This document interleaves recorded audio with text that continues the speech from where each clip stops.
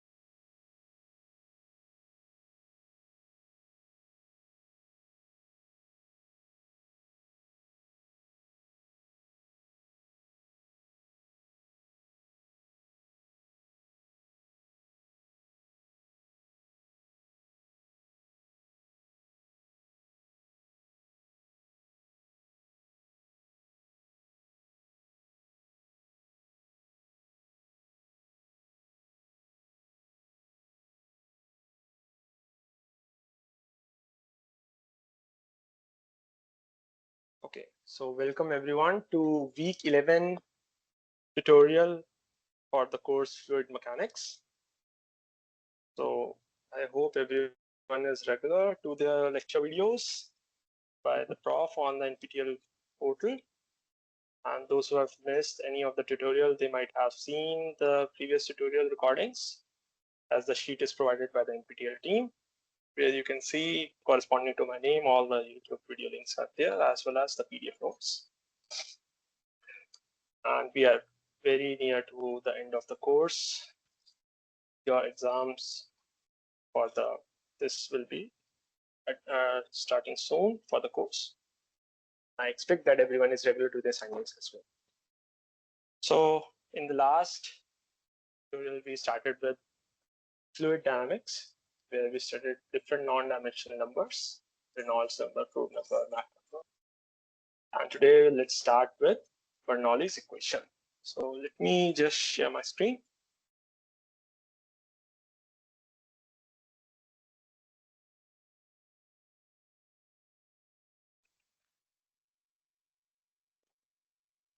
I hope my screen is visible. All right, great. Great. So let's start with the Bernoulli's equation. So starting with the Bernoulli's equation, there are some assumptions which are required to be followed for the Bernoulli's equation. First one is that, so it's basically an energy equation that the total sum of all the energy is constant. Okay. And some assumptions are being followed, like the flow should be steady, incompressible, non-viscous, irrotational, and the flow should be along the streamline. These are some assumptions which are required to be followed. Okay, so let us start. Let me just write it down. Bernoulli's equation.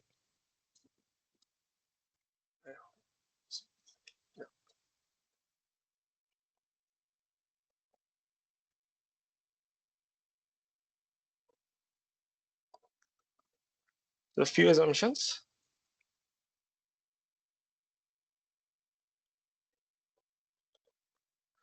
First one is steady flow.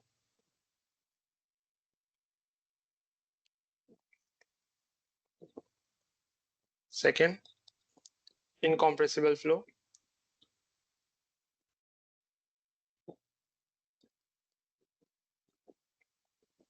Third, inviscid or non-viscous flow.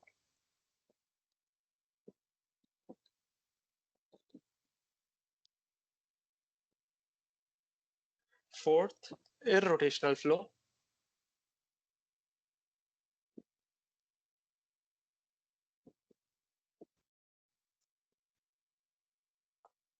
The fifth one, flow along streamline.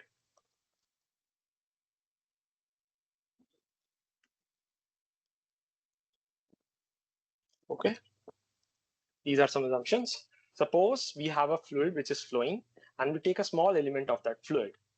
So let me take a small element of the fluid, like this.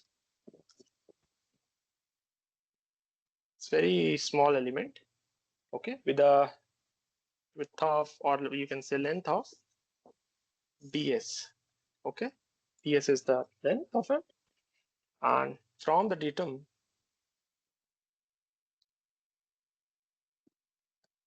this is at the one end is at, let me just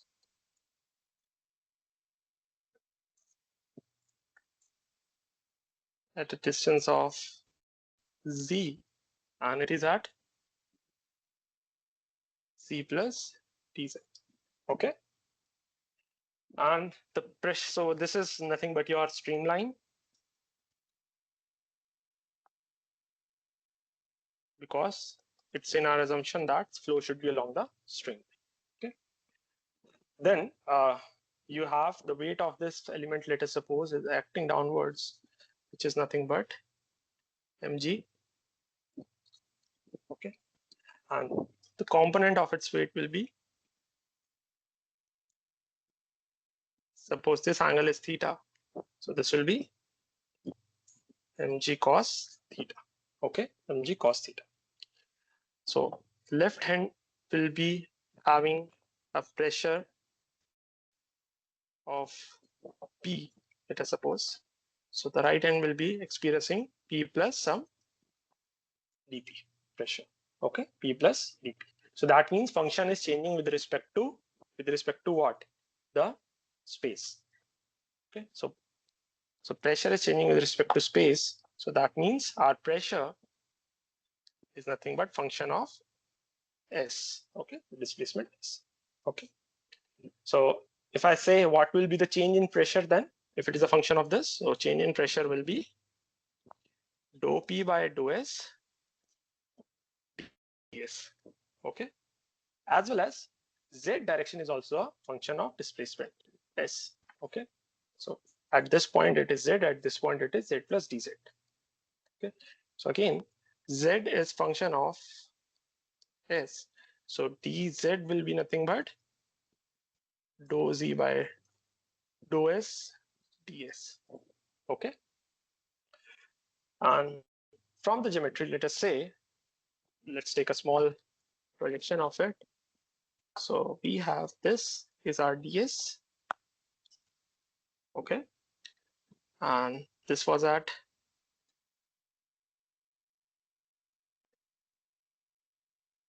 z plus dz.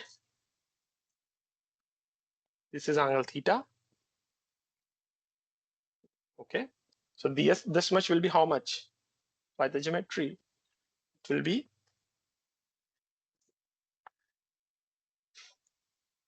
this much will be ds cos of theta. Okay, ds cos theta. Okay, so as I told in the last tutorial also, that we can derive the Bernoulli from the Euler's equation as well. All the Bernoulli was derived way before the Euler's equation, but from the Euler's equation we can get that. Okay, let's derive that. So by Euler's equation, and Euler's equation involves pressure force and body force, that is gravity force, but not the viscous. And that's our assumption also, non-viscous flow in the Bernoulli. So by Euler's equation for non-viscous flow,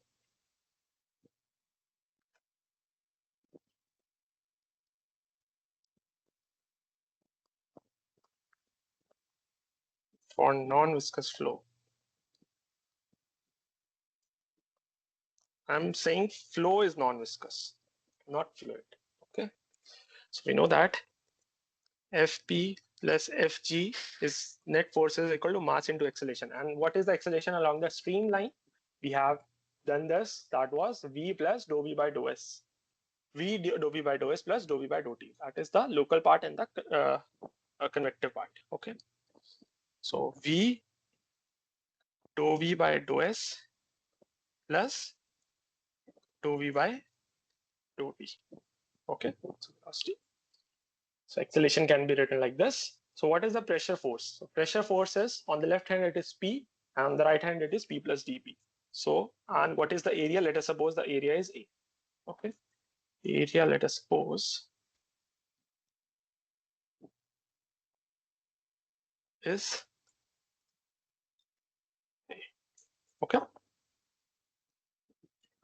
so force will be pressure into area minus, so assume that this direction is positive. Okay, all right, so P plus dP into dA. Okay, so this is the net pressure force. What is the gravity force? This direction is negative, so this is minus mg cos theta, which is acting this side. If you observe this one, minus mg cos theta, and that is nothing but m v dou v by dou s plus dou v by dou t, dou v by dou t.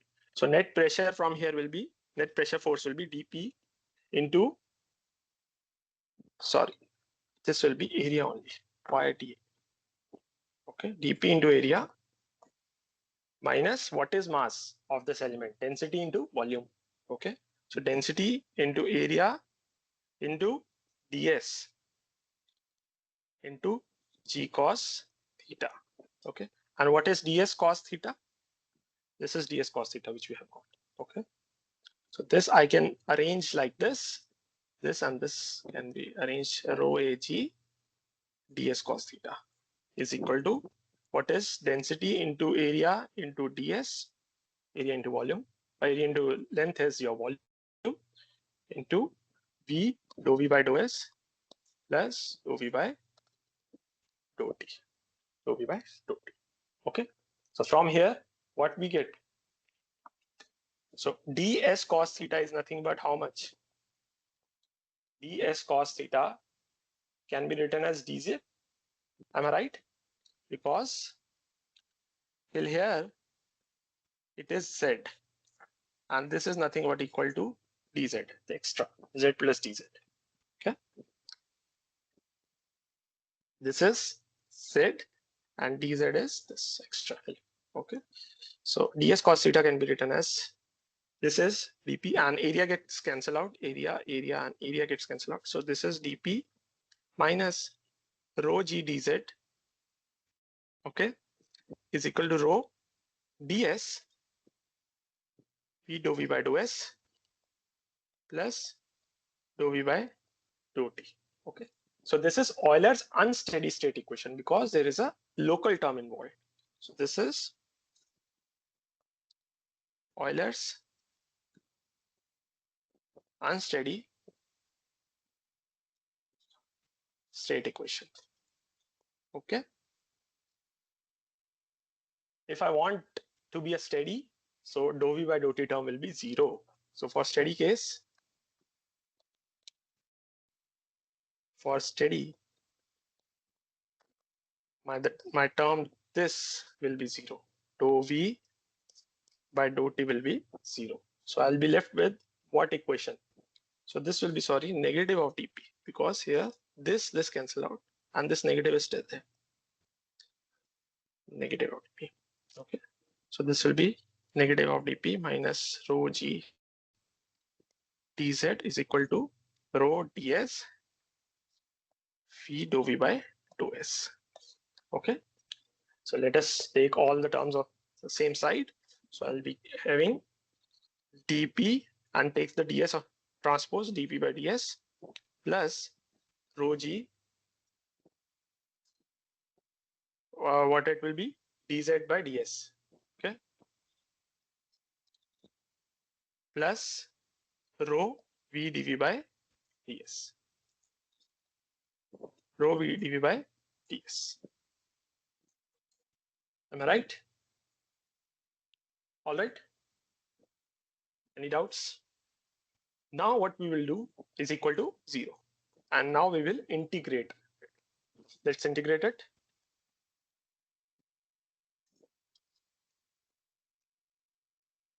and this. So dp by ds, one thing, if the flow is irrotational, you remember that v dv by ds can also be written as half of dv square by ds. Okay, dv square by ds. You can remember that. Okay, so this is nothing but, let me write in the partial terms. Rho g rho z by, or let me rearrange all the terms once again. So this will be again dou p by dou s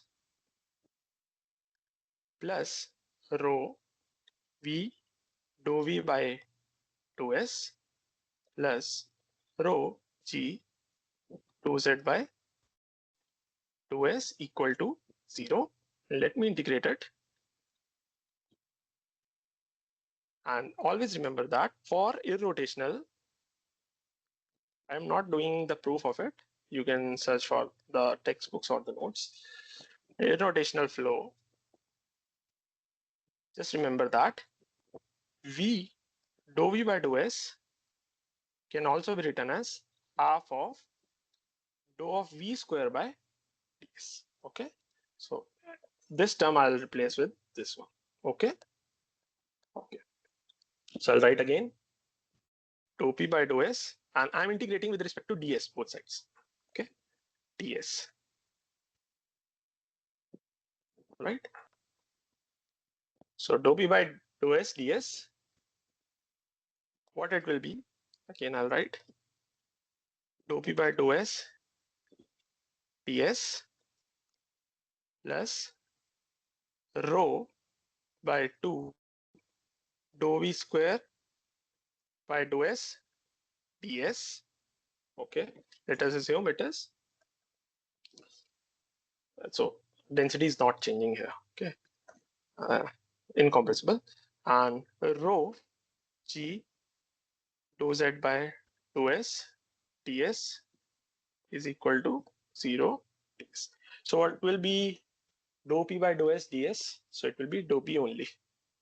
Okay, so in full terms it will be dp. What will be rho v square by 2 plus half of rho dou v square by ds dou s ds. Okay, I'll write like this only. And what it will be, rho g, this gets out, and dz will be z, rho g dz plus rho g dou z is equal to 0. All right.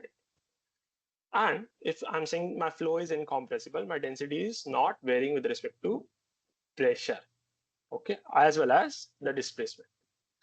So from the position from the left hand to the right hand, my density is for the fluid element is constant. Okay, is constant.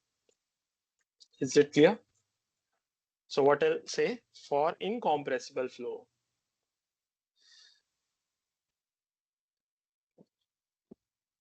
or let me just, I hope this you were clear. So I'll just remove this once again, and directly I'll write now, for incompressible flow, density is not a function of pressure. Okay, so again I can take the density, so it will be 1 by rho out of the integration dou p by dou s ds plus 1 by 2 integration dou v square by dou s ds plus g outside, it's a constant, dou z by dou s ds is equal to 0 ds. Okay, just integrate it, you will get p by rho, this gets out, and dp integration is p, so it will be p by rho plus this cancel out, dv square integration will be how much, it will be v square by 2 plus this cancel out, dz integration is z, so that will be gz, and integration of 0 is constant, is constant. this is the whole sum of all the energy, pressure, kinetic and datum is equal to constant, and it is a streamline constant. It is not a string function. Okay. So this is your final equation. P by rho plus V square by 2 plus GZ is equal to constant, or you take it G to the bottom from here. So what I can say, it will be P by rho G plus V square by 2G plus Z is equal to constant. So this is it is the energy along the streamline, net energy along the streamline. Energy along the streamline. Okay. And when I say it is energy per unit mass, energy per unit weight, energy per unit volume, there are three kinds of energy. You can write the energy in three terms. Okay. So what will be the energy per unit weight? How it will be represented? This equation is energy per unit weight. Okay. How? Let us do. Since we know that kinetic energy is nothing but half mv square, right? If I divide by weight on both sides, kinetic energy by mg is equal to half mv square by mg. Okay, so mm cancels out. So this is energy per unit weight. So v square by 2g is your this term, v square by 2g. So this is energy per unit weight. Okay, so this term is energy per unit weight. Okay, this is your whole Bernoulli equation, energy along the streamline, and this is written in terms of unit weight, energy per unit weight. Okay, so this is energy per unit weight. Okay, energy per unit. If I say energy per unit mass, I'll just divide by mass here. So one way is this, another way is kinetic energy by mass. So it will be half mv square by m. So it will be v square by 2. So if g is written instead of here to here, so it will be a energy per unit mass term. Okay, energy. So in the question you have to judge that what is given to you, it is in terms of energy per unit weight or energy per unit mass or energy per unit volume, energy per unit mass. And the third way is if I divide by volume. So kinetic energy density into volume. What is density into volume?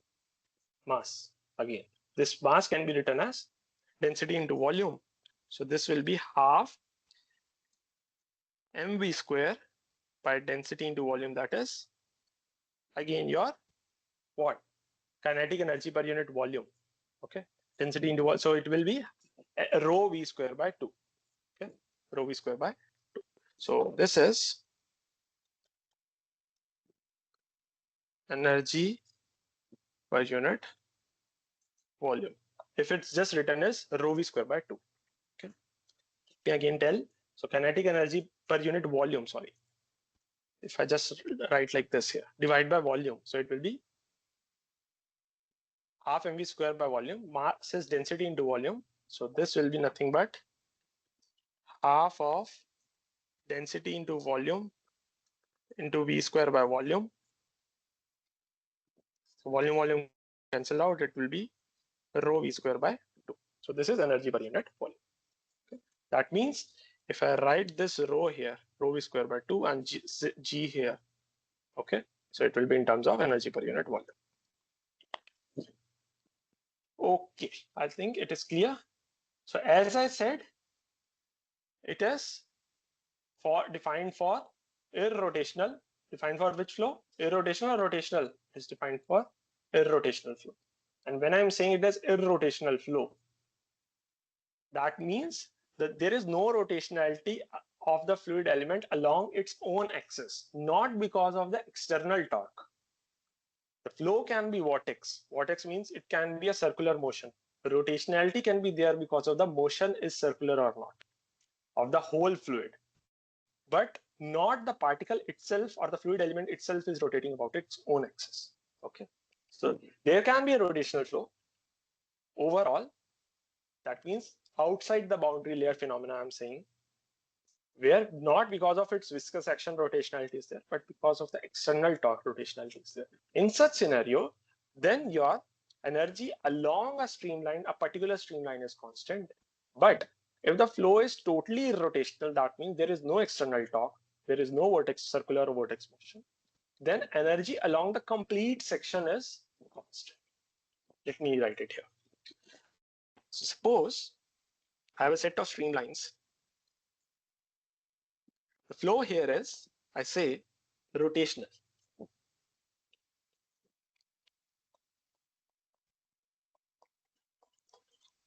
This implies due to external torque.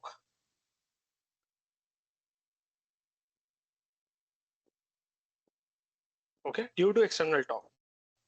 That means outside boundary layer.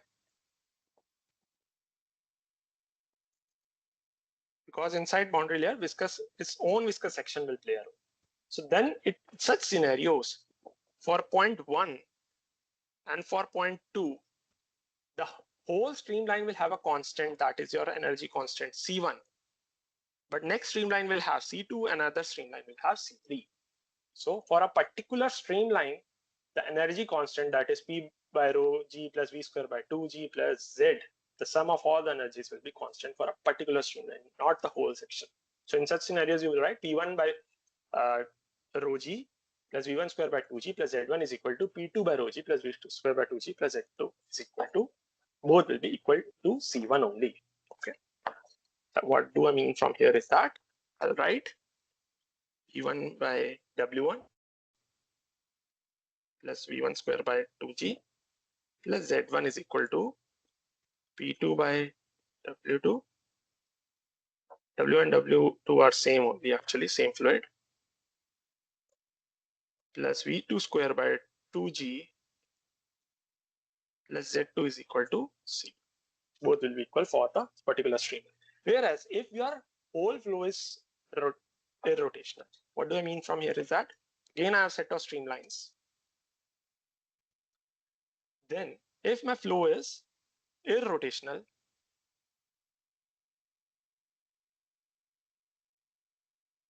that means no external torque. That means there is no external torque. Eventually, for outside the boundary layer only, it will happen, not inside. So flow along the whole section. In such scenarios, flow along the whole section. Suppose this is your whole section 1, this is your whole section 2 for all the streamlines. Your energy will be C, C, and C. The sum of all the energies will be constant. Okay, so I'll write here the point. Energy constant C is different for different streamlines. Let me write in the form of a note, very important note. Energy constant C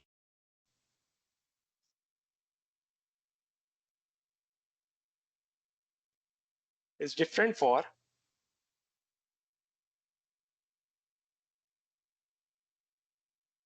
different streamlines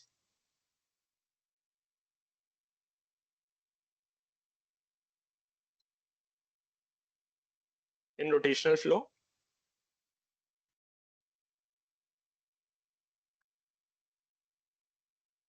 but for irrotational flow,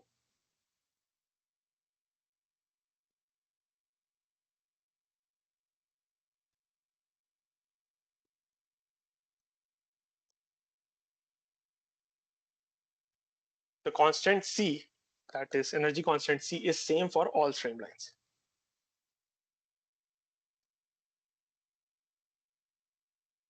Okay. So Bernoulli equation is applicable along the streamline for a rotational flow, whereas it is applicable for whole section along the irrotational flow. Okay. So Bernoulli equation, so I'll write short form, that is BE, is Bernoulli equation is applicable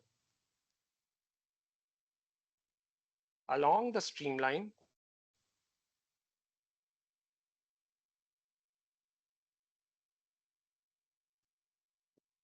for rotational flow,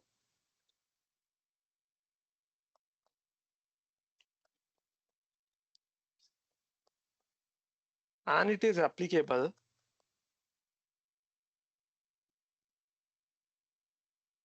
for entire section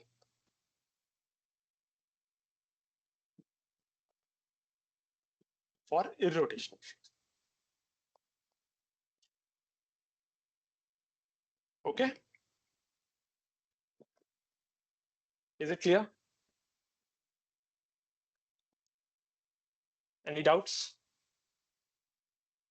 So other point, I'll again write in the terms what is energy per unit weight, mass, and volume. So if I write P by rho g or W plus V square V by 2g plus Z is equal to constant, then this equation is nothing but your energy per unit weight,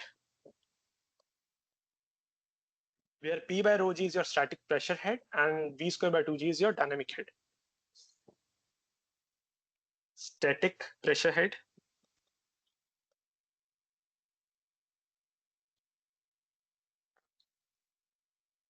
and this is your dynamic head.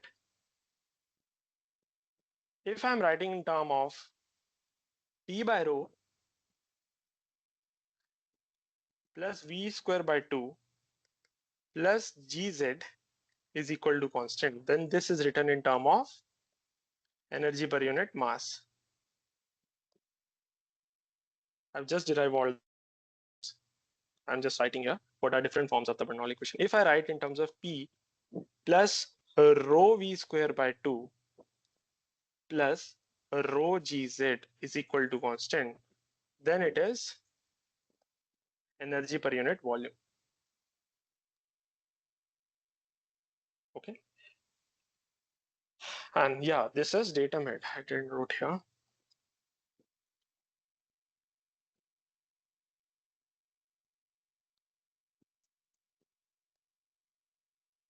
Okay. This is your data.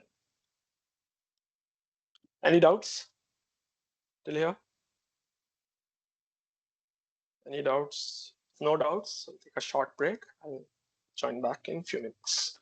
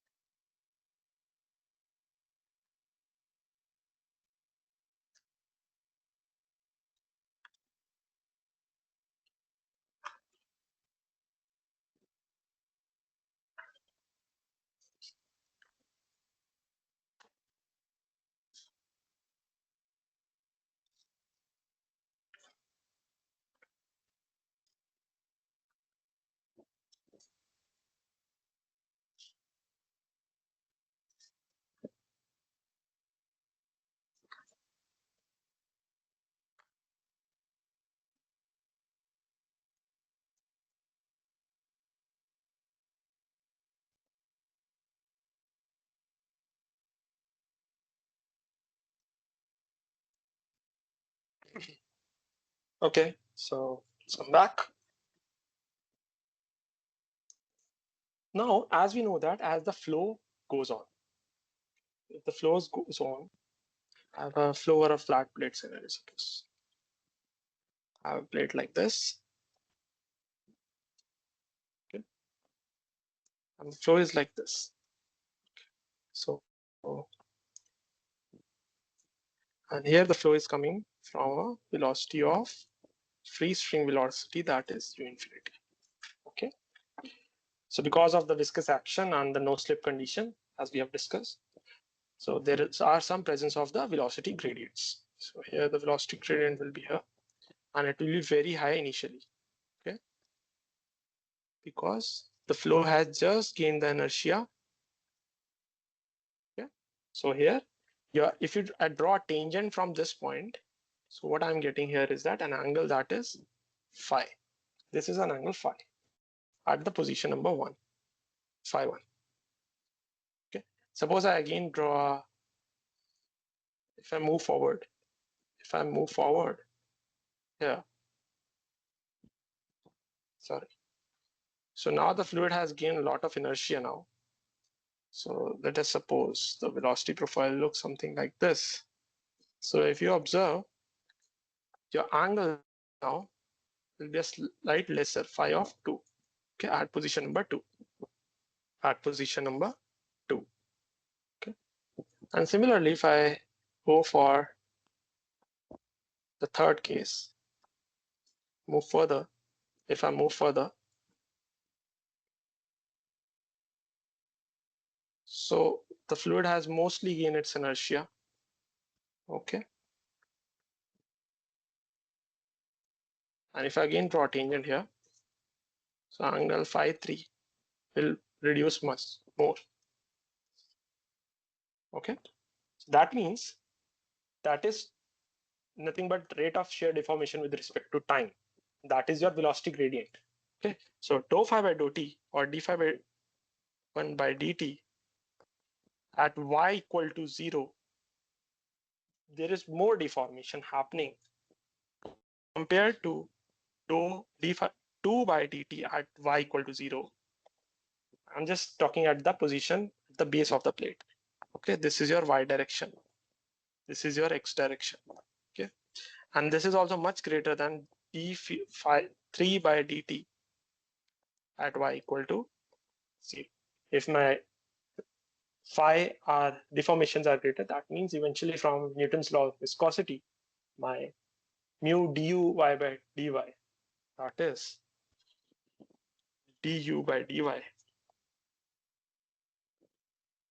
at y equal to 0 at position 1 will be greater than mu du by dy at position 2 y equal to 0 will be greater than mu du by dy at position 3 y equal to 0. And these are nothing but your shear stresses. So wall shear stresses at the position 1 will be greater than the wall shear stress at position 2 will be greater than wall shear stress at position 3. So what we can say that as we move along the flat plate, my wall shear stress goes on decreasing. Okay, because initially the inertia fluid has not gained that much inertia because of the presence of the no slip condition fluid, and the viscous action also plays a role. So there is a low momentum transfer which is happening between the layers. That is why there is a higher velocity presence of higher velocity gradient. Because of the presence of higher velocity gradient, more deformation is there, and because of that, the wall shear stress will be a much higher compared to the flow towards the end of the plate. Okay, and how I can relate this wall shear stress to a factor that is nothing but your skin friction factor. Okay, so there is eventually there is a wall shear stress which is acting, and I can relate this wall shear stress with respect to the the coefficient that is your skin friction coefficient. Okay, so how I can write this is nothing but your energy per unit volume. Let me write here.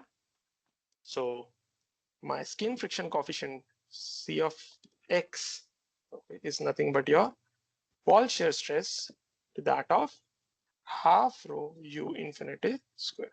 So this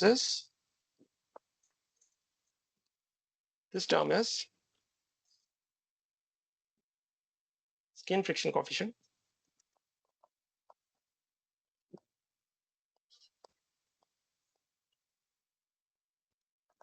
Okay, or local friction coefficient also you can say.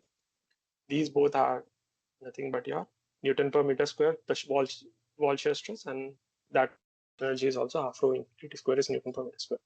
So as x increases, as I'm go in the x direction, As I go more towards the x direction, my wall shear stress decreases. My tau wall decreases. That means my wall shear stress is directly proportional to skin friction coefficient. My tau CFX if decreases. And this only happens during the developing region because the flow is getting developed. Once the flow has been developed, at this point, the velocities, won't be any velocity gradient scenario. Yeah, change in velocity. It will be a constant velocity gradient scenario. Not much change. So this all happens during the developing region in developing when the flow is developing region in the developing region. So this is your friction effect over the plate. So CFX basically signifies the comparison between the wall shear stress and the momentum loss. Okay, wall shear stress or viscous effect and the momentum loss. So note to write here is that CFX signifies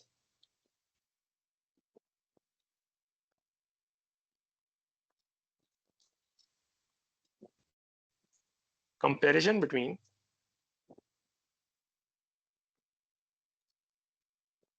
wall shear stress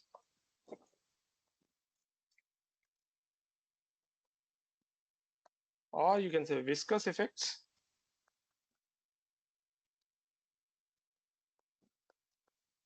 and momentum loss.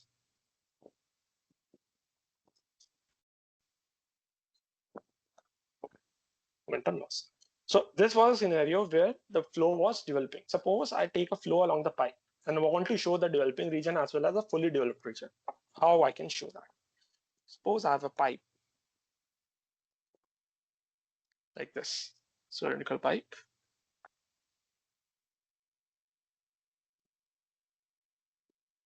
Okay. So initially when the flow is happening, it is trying to develop. Okay. Similarly from this side.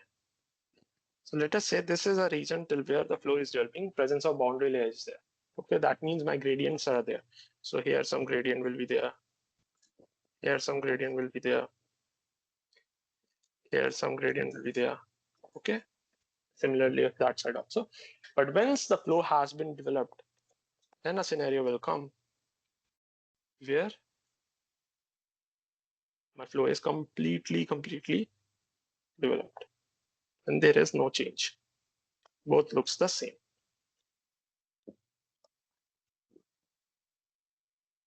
Okay. Velocity gradients will be there, but they won't be changing anymore. Okay. Both will be same. So that means here my phi and here will also be phi. Both will be phi. It won't be 5 and 5 to this time. So in this region, when I'm saying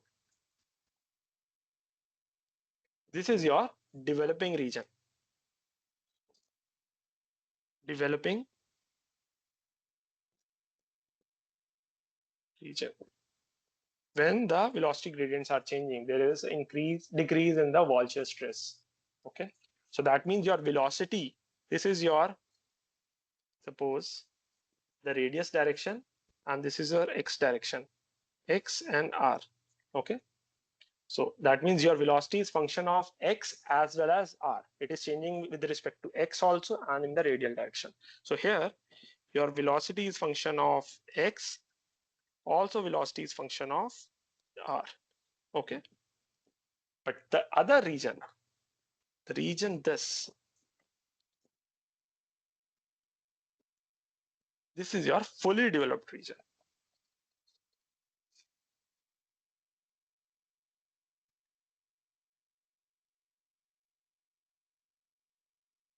This is your fully developed region. Okay, so here your velocity is not changing with respect to x as you move along the x direction, but it is only changing with respect to r because gradients are there. Okay, so here your velocity is not a function of x, but your velocity is function of, okay, your velocity is a function of r. Got it? Any doubts till here? So that means here your wall stresses as you move, as your x was increasing, your wall stress decreases. Whereas here in this scenario, your wall stress is now constant. It won't change. It is constant. Okay. In the developing region or in the developed region. Okay. Any doubts, Leha? So this is your velocity distribution profile, and it will remain constant in the fully developed region, whereas in the developing region, it will change. Okay.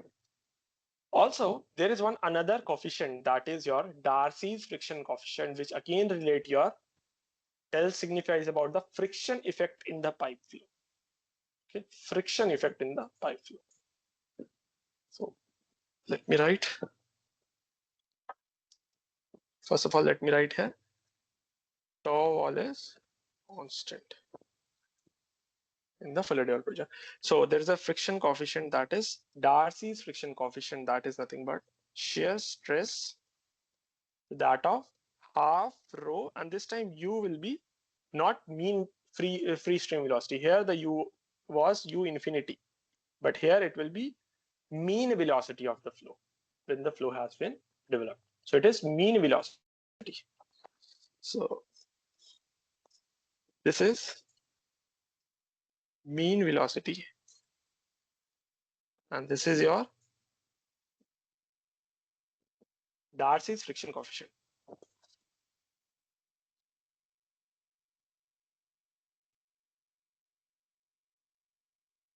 So these are all experimentally generated expressions. Okay, very much validated. So it tells about the friction effect in the pipe flow, that how much is the friction effect. There is also head loss expression, which can be written as HF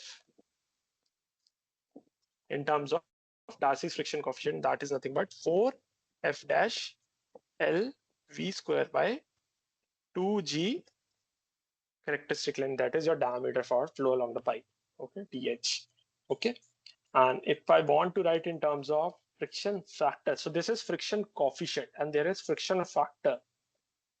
Since the friction factor is nothing but 4 times of friction coefficient, this is friction factor, Darcy's friction factor.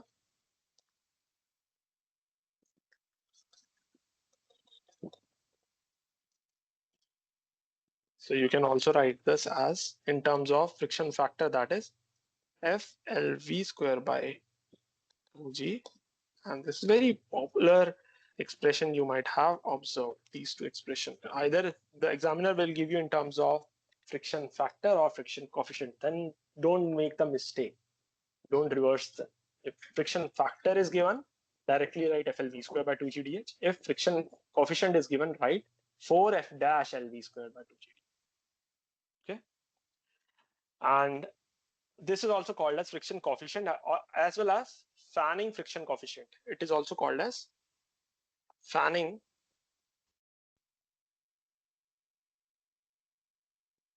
friction coefficient, but both are coefficient. This is coefficient. Okay, but next one is a friction factor. And another point to note here is that Bernoulli equation can't be used when across and along fluids are not same. Okay, because when we are writing that, it's the P by rho g plus V square by 2G plus Z.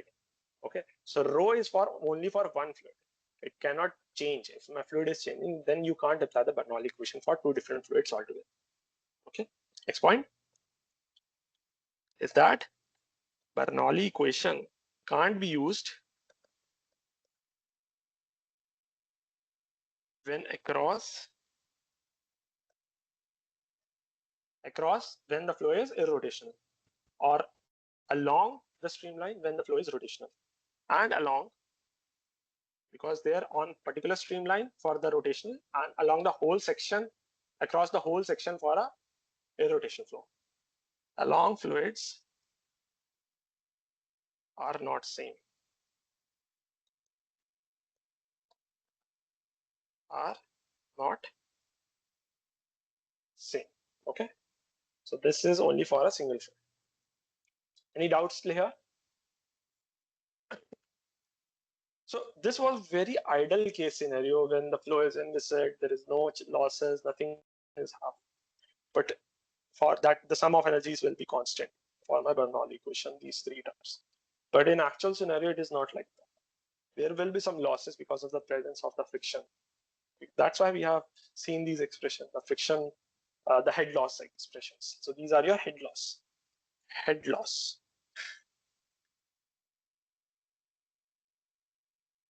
So that means you need a modified version of the Bernoulli equation where you need to incorporate the realistic scenarios.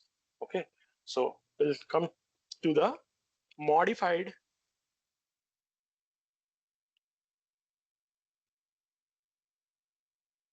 Bernoulli equation.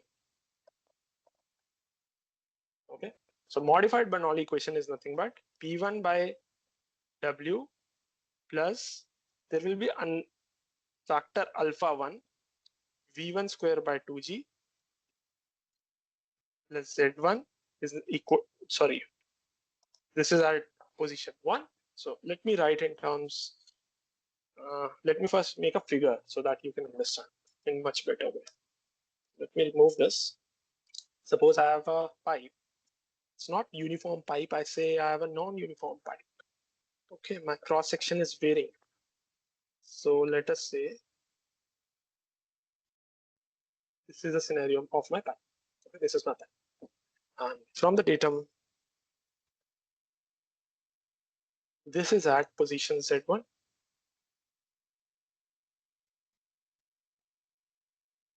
And this is at position Z2. Okay, position 1 and position 2. If I use a piezometer to get the piezometric head here, suppose I use a piezometer here to get the piezometric head. So this will give me a P1 pressure and a head in terms of P1 by rho g. So this is P1 by rho g is my piezometric head. Similarly here I also get P2 by rho g. Okay. There will be some loss which will happen in this. So let us say it as HL. It is HL. Okay. And mean velocity at this position, I'm talking about the fully developed, which has been not developed, the mean velocity I'm taking. Okay, I'm not talking about the developing region from the start. So here some mean velocity will happen. So let us say it's something like this of the mean velocity is UM1, okay, or U1, you can say whatever you like. And here it will be UM2, mean velocity is UM2. So my final, so actual velocity should be U1 and U2 at position 1 and 2, but we are assuming or calculating before taking it as a mean velocity for that cross section. Actual velocity will be something like this. Okay, but I have taken the mean of this complete fully developed region. Okay, that is my mean velocity before. Since we have all the time said that the flow is ideal and uniform. So if it is not mentioned it is an ideal or uniform flow, then in that scenario you have to consider the modified Bernoulli equation for incorporating the realistic scenarios.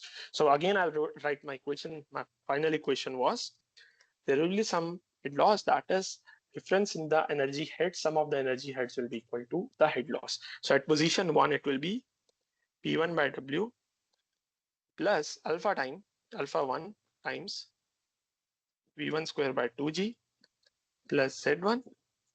This is the energy head at 1, P2 by W plus alpha 2 times V2 square by 2G plus Z2. This is energy at head 2 is nothing but your head loss HL, is your head loss HL. Okay. If there is not mentioned, then take alpha 1 and alpha 2 both to be equal. If no realistic, if they mention, then only you consider the modified Bernoulli equation. Okay. Any doubts still here?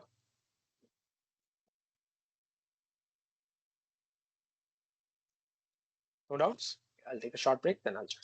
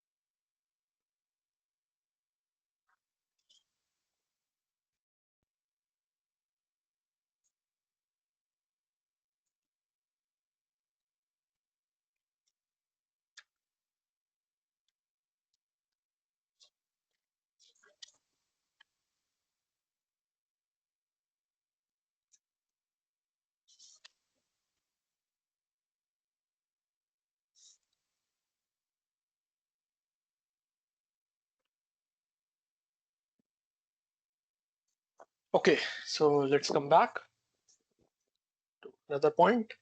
So suppose I have a pump and that is lifting up the water or the fluid from position 1 to position 2. Let's take a scenario.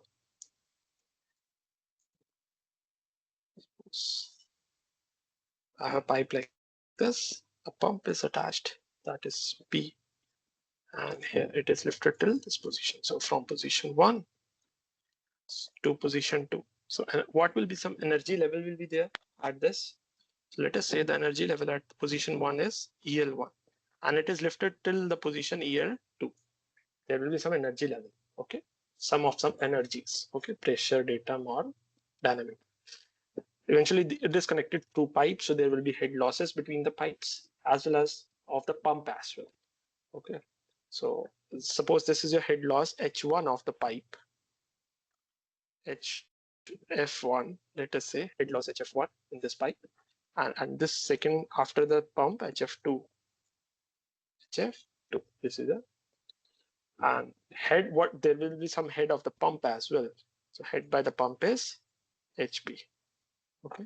So how I'll write the basically in terms of energy level. So energy level at 1 plus head of the pump allowed to lift to energy level 2 with some losses. So what I can say, my energy level at 1 plus head of the pump is the net energy which I have provided is equal to the energy level at 2 plus the losses, that is HF1 plus HF2.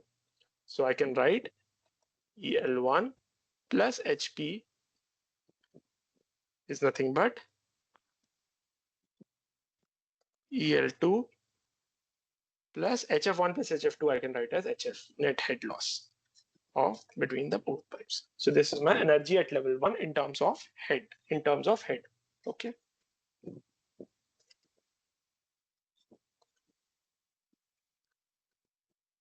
Energy in terms of head, okay. This is your net energy in terms of head. So suppose I have a connection of pump as well as turbine. So pump is work absorbing and turbine is work producing device, okay. So in thermodynamics, we have done all these things you might have done. So suppose I have another scenario like this, where I have set of pipeline which is connected to a pump T. Then this is carried by the turbine T, and finally it reaches the level here. So here my position is 1, and at this my position is 2. Okay, this is my final position. Okay, and there will be again pipe losses because it is connected to 3 pipes. So it will be HF1 in the first pipe before pump, between a pipe and pump and turbine HF2, and after the turbine it will be HF3. There are 3 head losses. Okay, there will be head provided by the pump. So H of P, let's write in capital this time, and there will be a head by the turbine, that is H of T. So what we can say that energy provided at level 1, this is EL1, and this is energy provided at level 2, EL2. Okay, so I can write EL1, energy at level 1, plus I have provided head HP. So it is work has been given to the pump. Okay, head has been provided by the pump, and work has been done by the turbine. So it will be minus of HT, and it will be equal to energy at level 2 plus all the head losses, HF1 plus HF2 plus HF3. Okay, so how I can write that? Energy at level 1 plus head at the pump is equal to energy at level 2 plus head of the turbine on the right hand side came plus, and the net HF losses. Okay, so if I say my head of the pump and turbine are 0, my energy at 1 and 2 is equal to nothing but your losses. And in the ideal flow scenarios, my energy at level 1 and 2 will be both same. Okay. All right. Now suppose, let me write a note. So this was in terms of energy, writing in terms of head. Suppose I have a beaker from the datum. So this is my, with a hole here, okay, and some fluid is filled in it.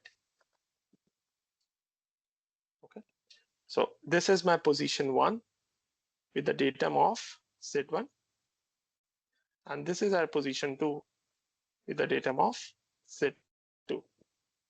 Okay, now you will apply a Bernoulli equation between point 1 and point 2.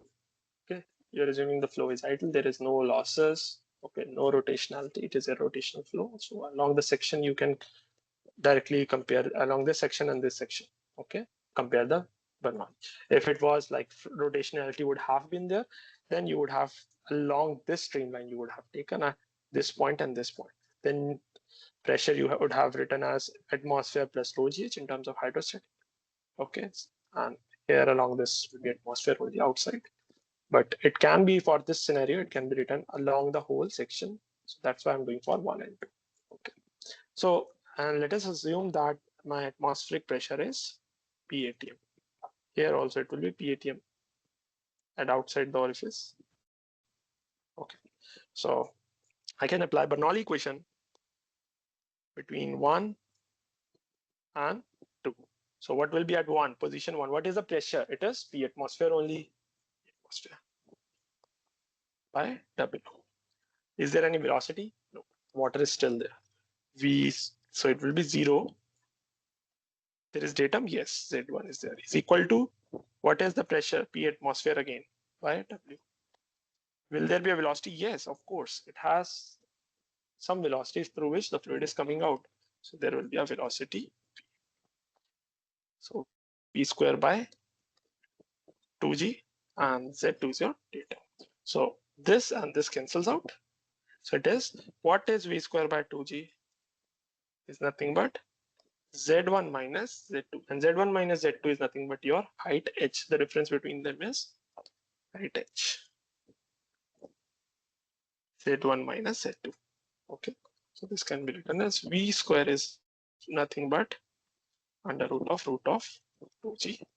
It's a very important relation which you came across a lot of time in mechanics as well as fluid mechanics or engineering mechanics, where you do some projectile motion kind of scenario. So velocity, not V square. Your final velocity is root of 2gh. Okay. Suppose I have two beakers which are connected. Okay. Have different levels of fluid and connected through three different a pipe with a different cross sections. Okay. So let me take another scenario. So this was scenario number 1. Let us take a scenario number 2.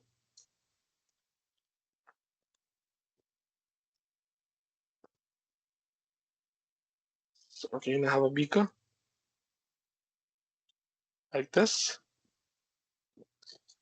One cross section is then like this.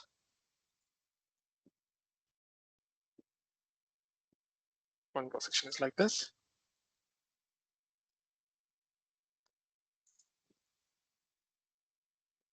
Okay. And suppose here the fluid is at till level this, and here the fluid is till level this. Okay. And this is maintained at a position at a head of Z1 datum, and this is maintained at a head Z2. Okay. There will be three different kind of losses: HF1, HF2, HF3. Why it will be different? Because HF expression is FLV square by 2G D, and D is different in these three scenarios. Okay, so that's why HF1, HF2, HF3. Now you will compare at position 1 and 2. So let us suppose this is our position 1, this is position 2. So there will be energy level at 1, energy level at 2, and sum of all the losses. So it can be written as energy level 1 plus is equal to energy level at 2 plus all the losses HF1 plus HF2 plus HF3. Okay. So what is energy level at 1? In terms of datum, it is complete Z1, because P atmosphere by rho g plus V square by 2G, V is 0, P atmosphere both ends. So it is only Z1 here. So it will be Z1, and it will be Z2 plus H, if you say HF equivalent. Okay. So my HF equivalent is, net equivalent is Z1 minus Z2, my final expression. Okay. Any doubts in understanding this?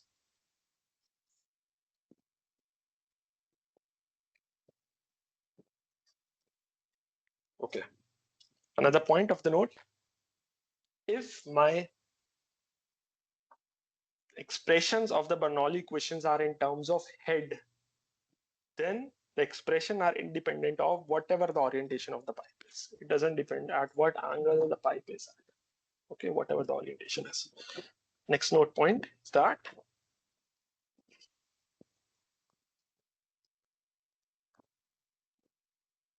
if expressions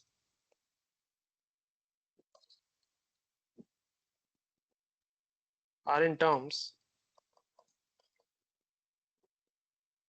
of piezometric head,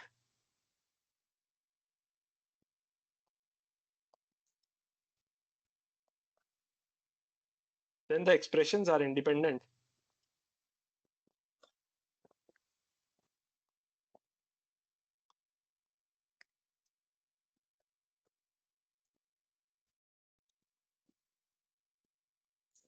of orientation of pipe.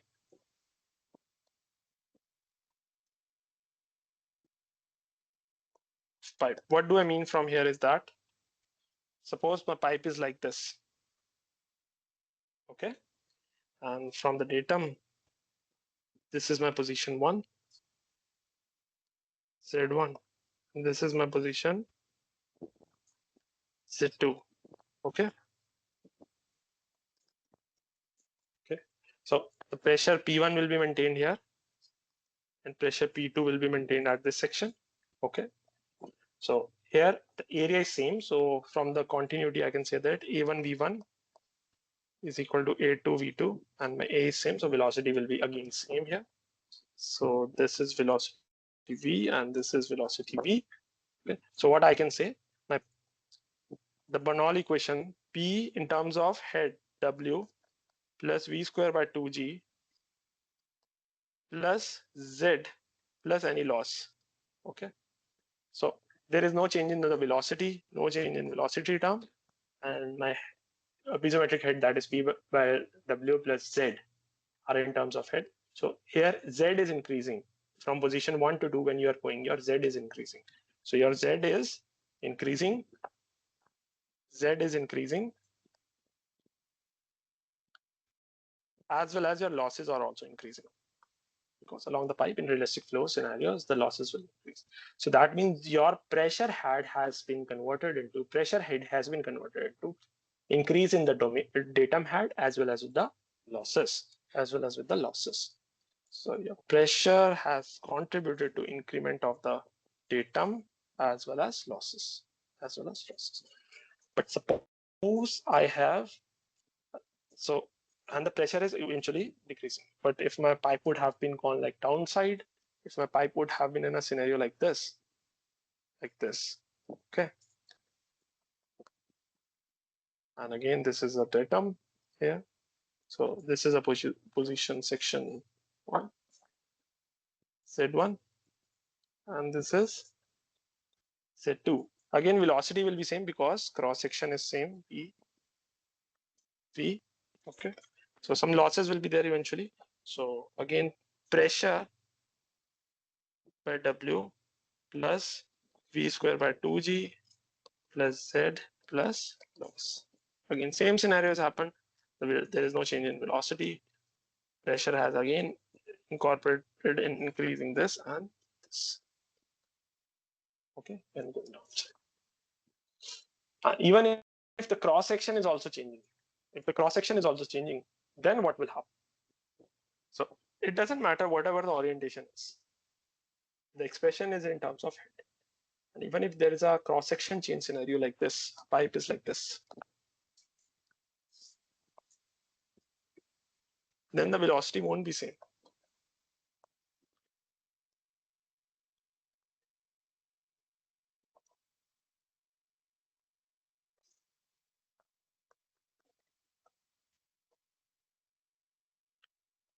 Z1, Z2. And here the velocity will be V1, and here the velocity will be V2.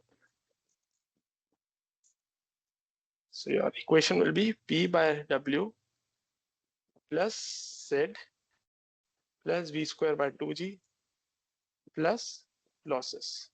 So this pressure has been decreased here. That has incorporated to increase in Z, as well as increase in velocity, as well as providing losses. Okay. Any doubts? So it's independent of whatever the orientation is. Any doubts still here?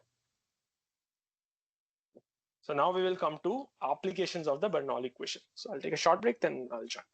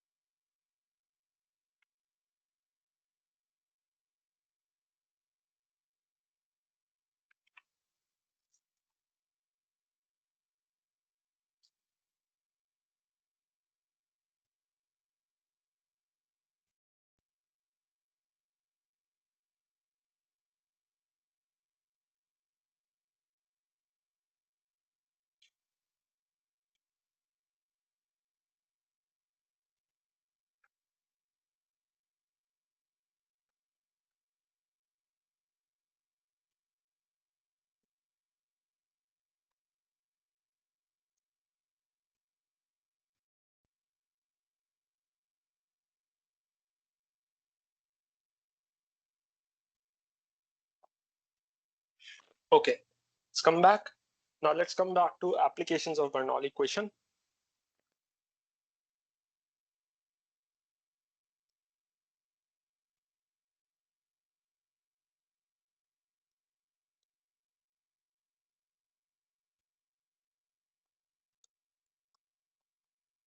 Bernoulli equation.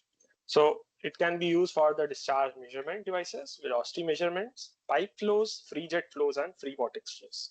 Okay, so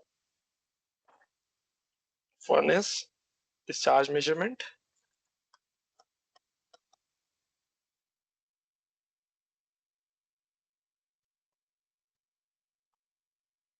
and in that too you have what are the different instruments: venturi meter, orifice meter, and flow nozzle. Okay, one is venturi meter, and you all might see in your laboratories also, wherever you are studying or you are studying all these things. Yeah, university laboratories, orifice meter. But for that, your concept should be clear, and we'll discuss these devices in detail. And next is flow nozzle. How discharge will be measured through these. Second is your velocity measurement.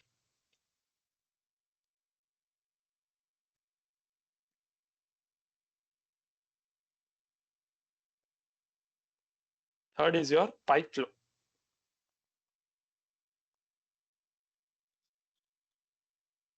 Fourth is free jet flow.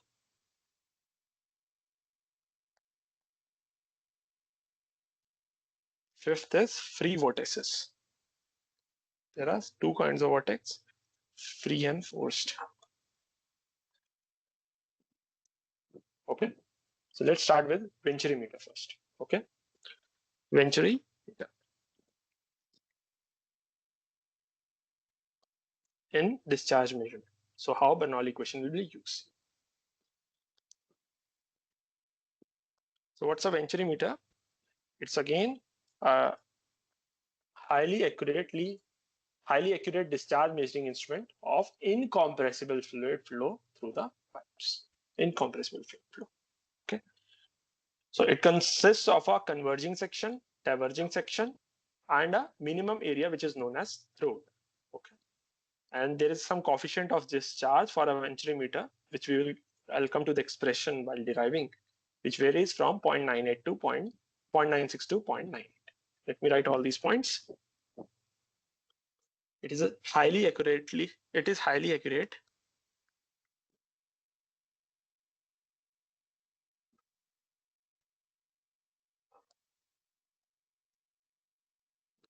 discharge measuring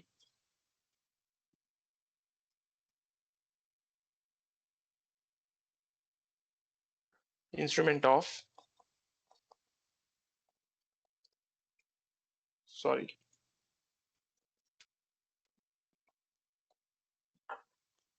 instrument of incompressible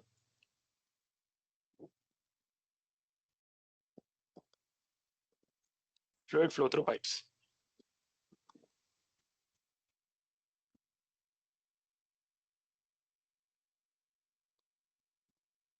Okay. Second, it consists of converging section,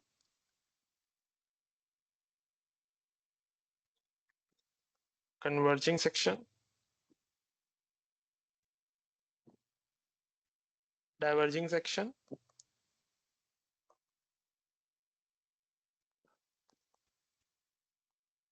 and minimum area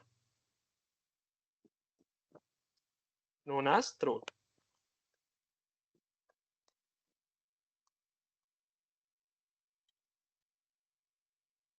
And the coefficient of discharge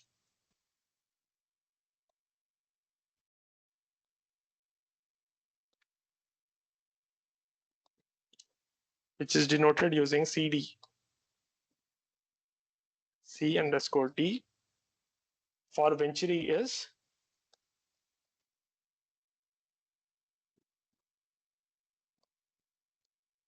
ranges from 0.96 to 0.98. Okay. So how does it look like? My venturi meter looks like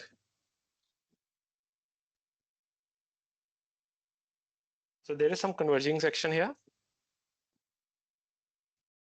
There is a minimum area, which is this, and there is a diverging section.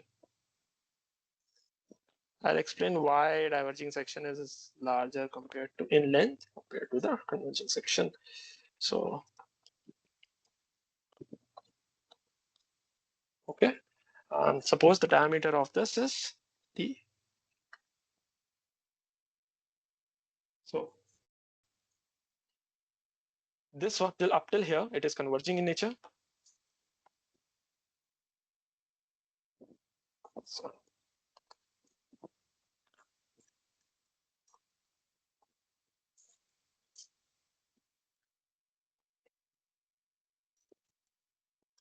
this is converging.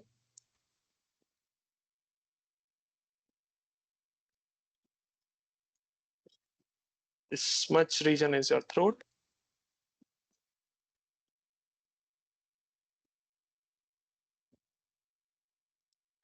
And here it is diverging. Up till here it is diverging. And the angle of convergence and divergence are both different. So here the angle is near around 20 to 21 degrees. But here the angle is 5 to 7 degrees. I'll explain why. And your diameter, generally there is the throat diameter D. That is your, this diameter I'm talking about. Throat diameter D varies from the venturi diameter D by 3 to that of 2D by 3. And for particular design purpose, we generally take half of it, D by 2. For design, throat diameter is half of the venturi diameter. An angle of convergence, this is 20 to 21 degree, is limited to avoid cavitation. Okay, an angle of divergence in the venturi is used to avoid the, is less because to avoid the flow separation. You will understand what these two terms means now. So what do I mean here is that, let me first write the points, then I'll explain one by one. Note,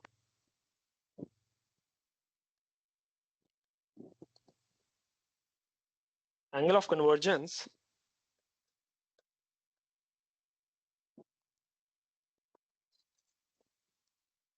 is limited to avoid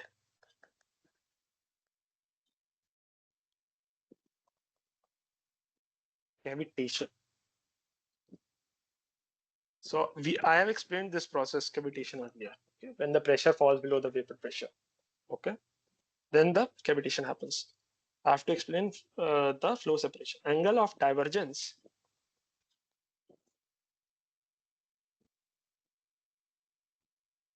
of is less to avoid flow separation. Now these two are very good phenomena. So what is flow separation first of all? So as per my venturi, if I observe, let me first write flow separation. Or not to write anything, let me draw the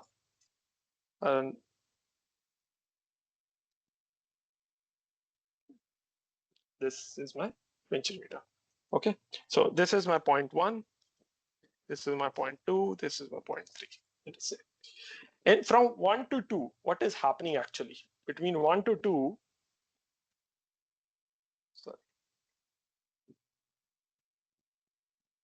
Between 1 to 2, your area is converging. Okay, that means your area is increasing, so velocity will be decreasing.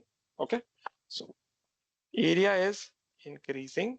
This implies velocity will be decreasing from continuity. AV is equal to constant. Even rho V is equal to constant. So area is decreasing. Sorry, I should have written opposite. So area is decreasing and velocity is increasing. That means your velocity is increasing. So as per Bernoulli, when your velocity increases, as I've just told, If my velocity is getting increased here, if my velocity is increasing, then your pressure is decreasing eventually. Your pressure is decreasing because that pressure is contributing to increasing the datum or velocity. Here the datum is same. Okay, that means it is contributing to increment of the velocity. Okay, so that means pressure in point position 1 is greater than position 2. So pressure at 1 is greater than pressure 2. So pressure at 2 is lesser than pressure at 1.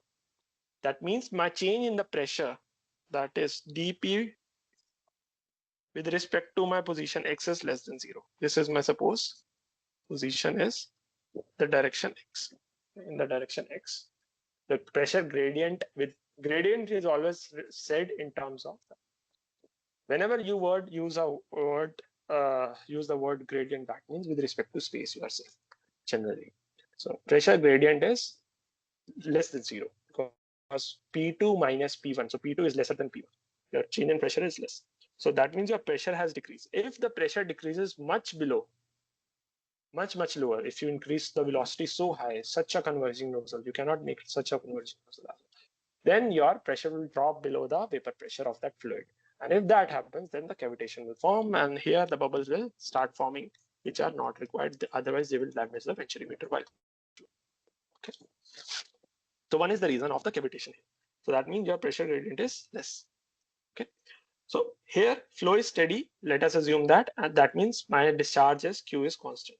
So velocity is only function of time, not the function of time. Always if I'm saying for the steady flow. So there is a positive pressure difference between inlet and throat of the venturimeter here in this scenario.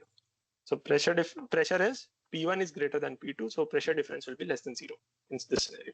But when I'm going from 2 to 3 position, what is happening? Between 2 to 3 position, my area is increasing. That means my velocity is decreasing. If my velocity is decreasing, that means my pressure at 2 is less than pressure at 3. That means my pressure gradient is greater than 0. The pressure gradient is greater than 0. This is a situation of adverse pressure. This situation when the pressure is increasing with the flow. That means it's a situation of adverse pressure. Adverse pressure gradient.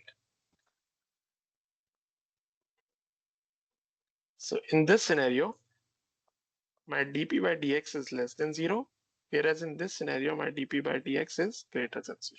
Okay. So that means when the fluid flows under the adverse pressure condition, then the momentum of the flow decreases at that point above the no slip condition. And when the flow becomes 0, velocity of the flow becomes 0, then the direction of flow becomes reverse. And this is a situation of separation of the flow happens. What actually is happening? Let me make you feel lies in a physical sense.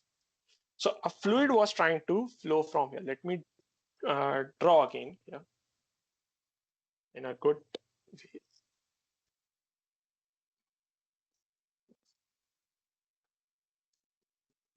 Okay, somewhat like this my venturimeter is. So my flow has been developed from this position I'm saying. Okay, from 2 to 3. My flow is here. I'm talking about the steady state conditions, okay? Not developing region, developed region. Flow is increasing. Flow is moving further. Pressure here is P2. Other point will be P3. P3 is greater than P2. Still my flow is happening.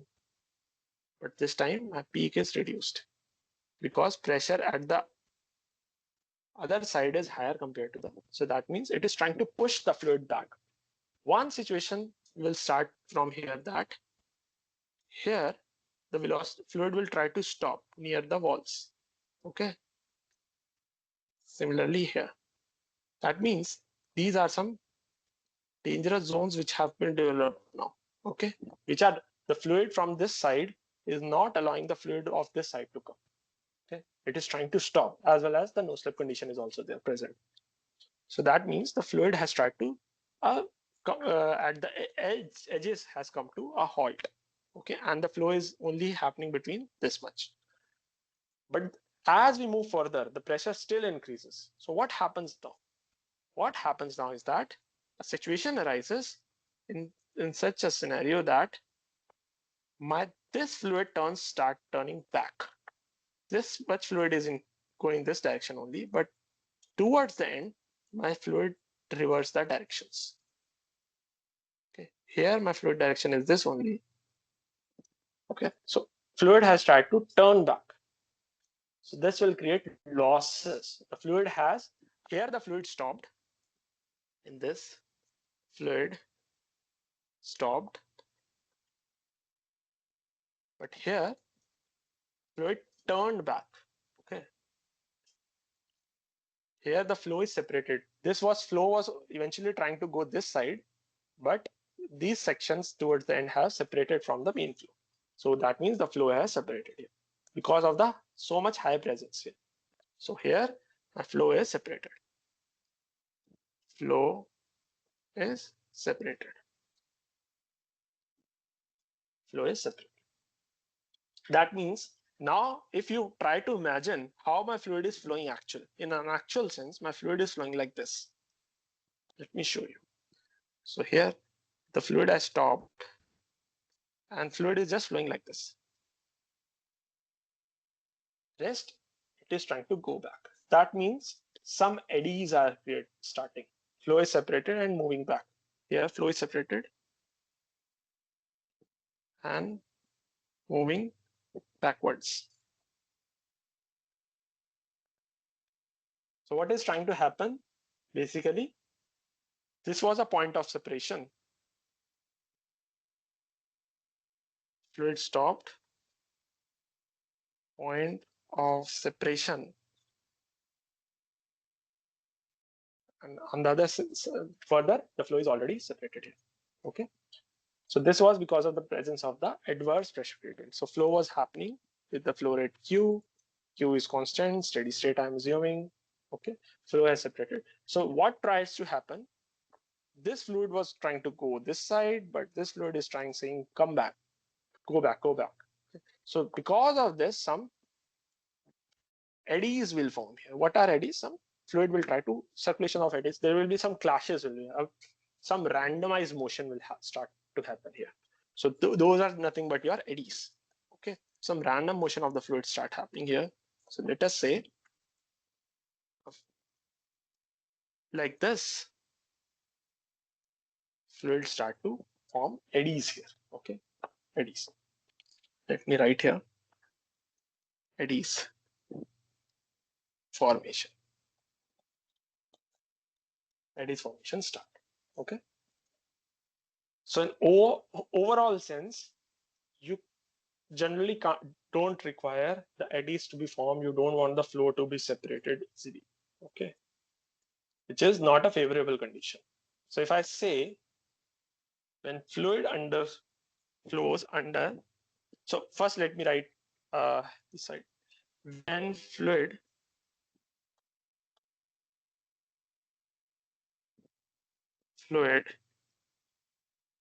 flows under adverse pressure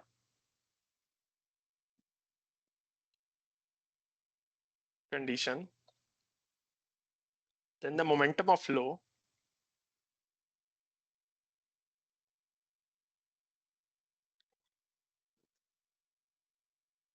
decreases at the point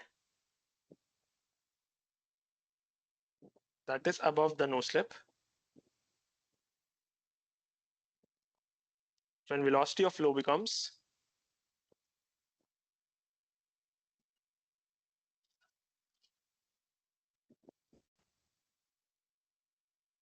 zero. That is point of separation I'm talking. And then after that flow separates and direction of the flow reversed is known as point of separation. Okay, this is your point of separation. Point of separation. So between section 1 to 2, what was happening? Between 1 to 2, what was happening?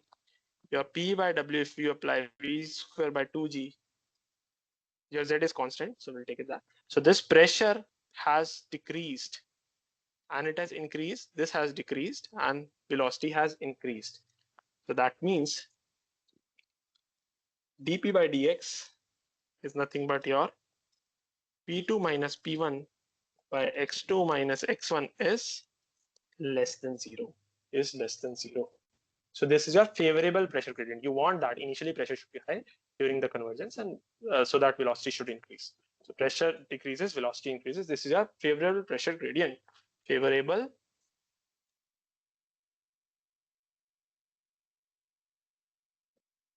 pressure gradient. Okay, but when you are going from position 2 to 3, when you are going from position 2 to 3, your P by W plus V square by 2G, your pressure increases and velocity decreases. Okay, that means your dP by dx, that is P3 minus P2 by X3 minus X2 is greater than zero. And this is your basically your adverse pressure. This you don't want actually. Adverse pressure gradient.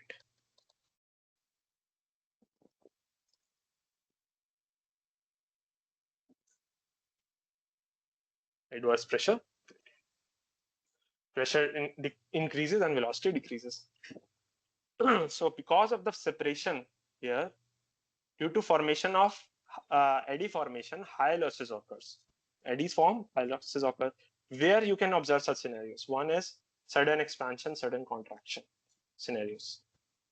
Okay, so let me write here the point. In separation,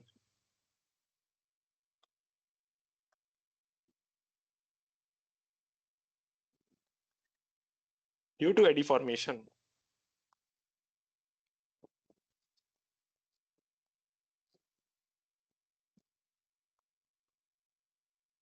high losses occurs.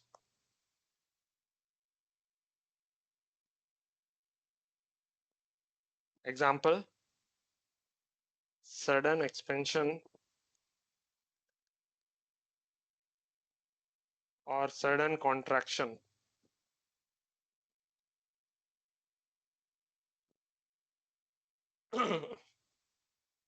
Like suppose you have a scenario like this. You have pipe like this and suddenly your pipe area got decreased. Okay, so flow was trying to happen like this. Flow was trying, but due to sudden expansion, contraction, the flow came here and then it tried to move like this.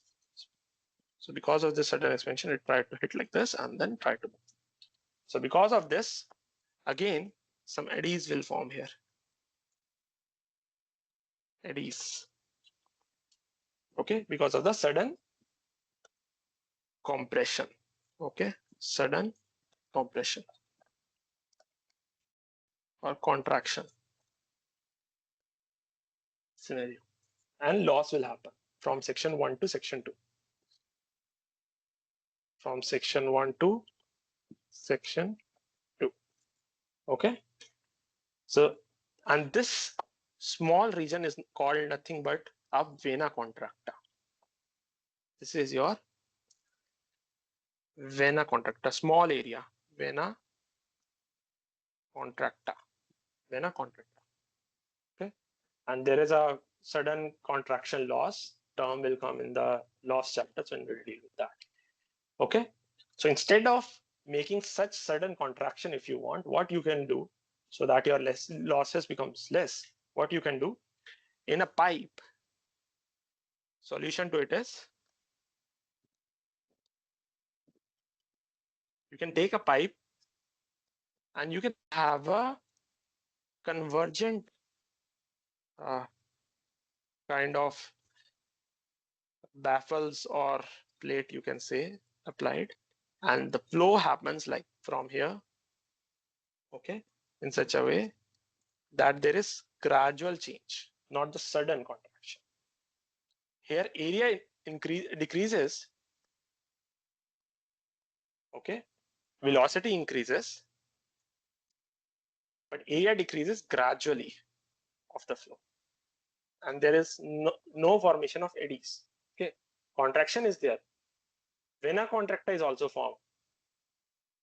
In the vena contracta is formed in the sudden contraction, but not in this scenario. No vena contracta.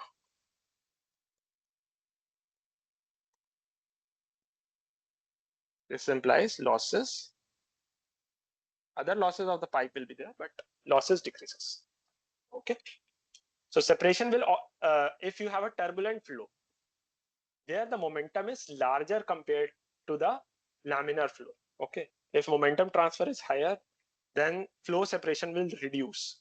So already your flow is already moving with a very high velocity here. Okay. So this pushing will be a much lesser compared to the high velocity of the flow because of the presence of the turbulent flow. Okay. So turbulent flow provides you with a higher momentum transfer. Okay, so let me write turbulent flow has large momentum with respect to laminar flow. So under same adverse pressure, same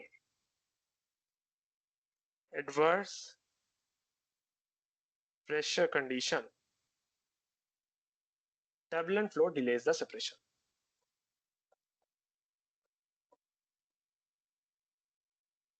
Delays separation. Okay. Separation will always be in adverse pressure condition region, always remember. And if there is a separation, there must be adverse pressure. But vice versa is not true. If adverse pressure is there, that doesn't mean that the separation will happen. Suppose you have a turbulent flow. There is adverse pressure condition, pressure is higher. It's not necessary that flow will separate. Flow might go on. Okay, very important line. So if there is a separation,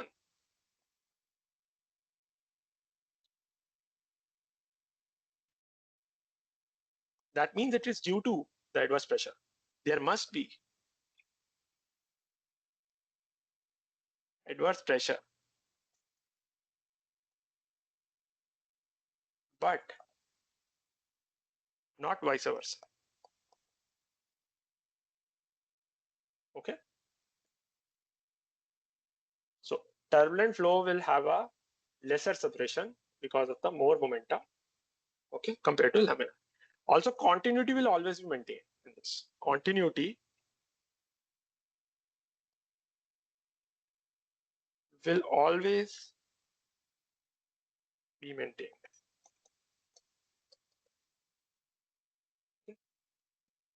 So losses are always there in the diverging section more because of the presence of eddies. Okay.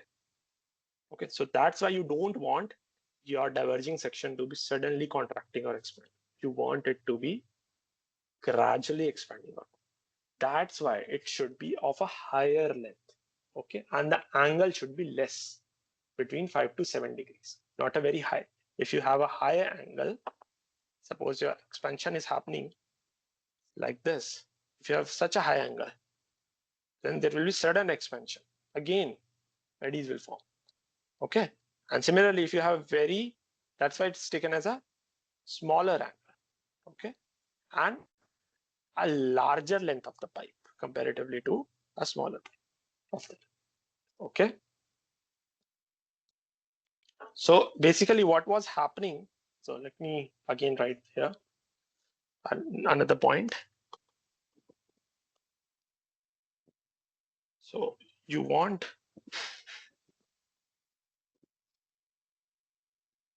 don't want a scenario where you don't want like this. That's why you change the angle and with a much more length. Okay.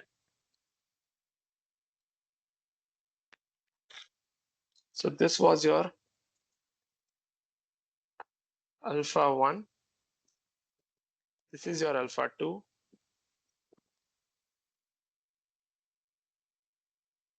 And this is your alpha 3.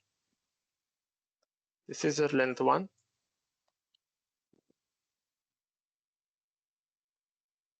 This is your length 2.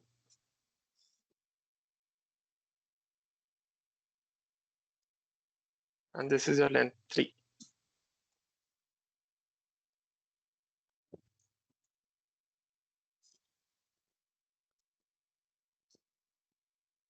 So which one is more favorable? A third kind of venturimeter. Okay, you want a higher alpha, sorry, lower alpha and higher length.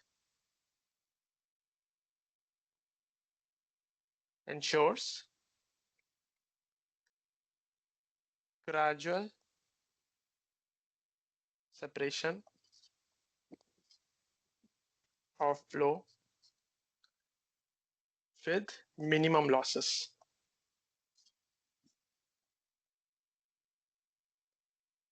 Okay, that's why you want alpha to be lesser and a higher length. Okay. What if scenario if I reverse the direction of the venturimeter? So my convergent is diverging and divergent is converging. So what will happen in such scenario? So if a question comes like this, then again your converging section has this section was having a higher angle, 20 to 21 degrees. If this is now your diverging flow happens like this, then separation will happen very fast because the angle is higher.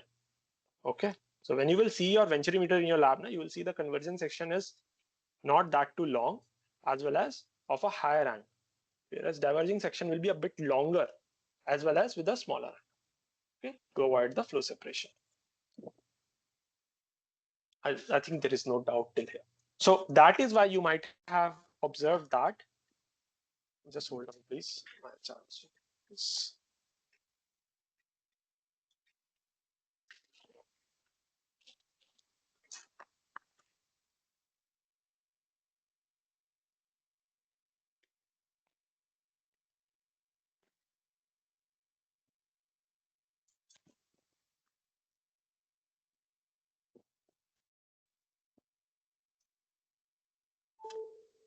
So what we understood that if we have a turbulent flow scenario, then my flow separation will be lesser. So that's why if you have seen the golf balls, we don't want the flow to be separated. If I want to hit a ball and if there is flow is separating it, I'm pushing it like this and the flow, the adverse pressure is trying to pull it back. And I don't want that scenario. I want my ball to reach maximum distance in the golf. That's why you see there are grooves on that so that your flow becomes more and more turbulent so that there is no laminar flow scenario. There is a more turbulent scenario. Okay, so flow separation will be lesser. Okay. So suppose I have a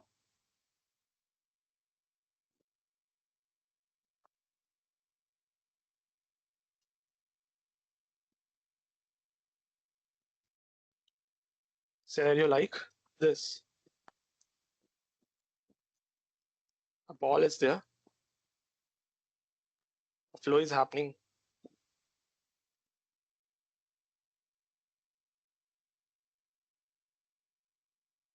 Okay, so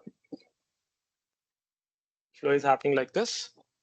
Okay, so in this scenario, it is a converging. So dp by dx is greater than or less than 0. But here dp by dx will be greater than 0. Okay, so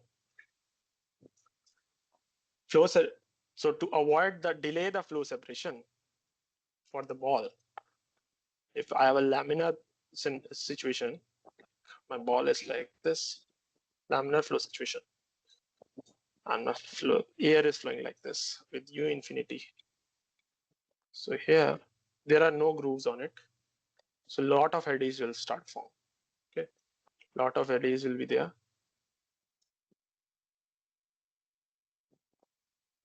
Flow will separate fast. Fast flow separation in laminar. Whereas if I have a scenario like this, where I have grooves on the ball, golf ball. Okay, so in this scenario,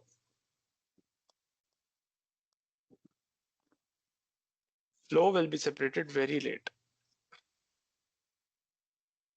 Here flow separated very early, but here flow will separate late. Okay. So what's happening if you observe the velocity profiles? If I show you some velocity profile, here the flow was not separated. Here also flow is still not separated.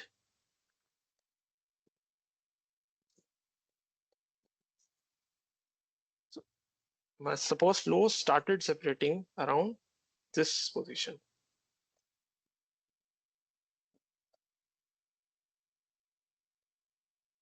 Okay. But here, if you observe this scenario, the flow was not separated here, but immediately the flow started separating. Oh, this was laminar. So this is a slow flow separation in turbulent. This implies that's why golf ball has grooves on it. Okay. All right. So we will come to the discharge equation for how the discharge, because it's a discharge measurement device, ventimeter. We will come to the expression of it in our next tutorial. We will derive the expression, then we'll move to the orifice meter, flow nozzles. Okay. So let's end the session here. And if you have any doubts, ask me. The students, you will get these PDFs of these notes, and you will be able to see all the recordings of this session. It will be uploaded on my YouTube channel. So you get a sheet from the mail from the Nptel team where you find all the links corresponding to my name, Varnit Kapoor. All the YouTube video links are there for all the weeks so far, which have been done. Those are just seeing from the YouTube directly. You can directly see through my channel. My channel name is, YouTube channel name is Nptel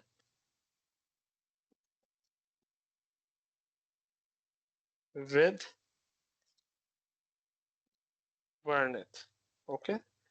So every video description for the corresponding course, you can see a link of a Google Drive where all the PDF notes are available. All right, so I think we can end the session here and see you next week. So we are just left with 2 more tutorials, so, and then we'll finish up with the course, this course, fluid mechanics. All right, bye-bye.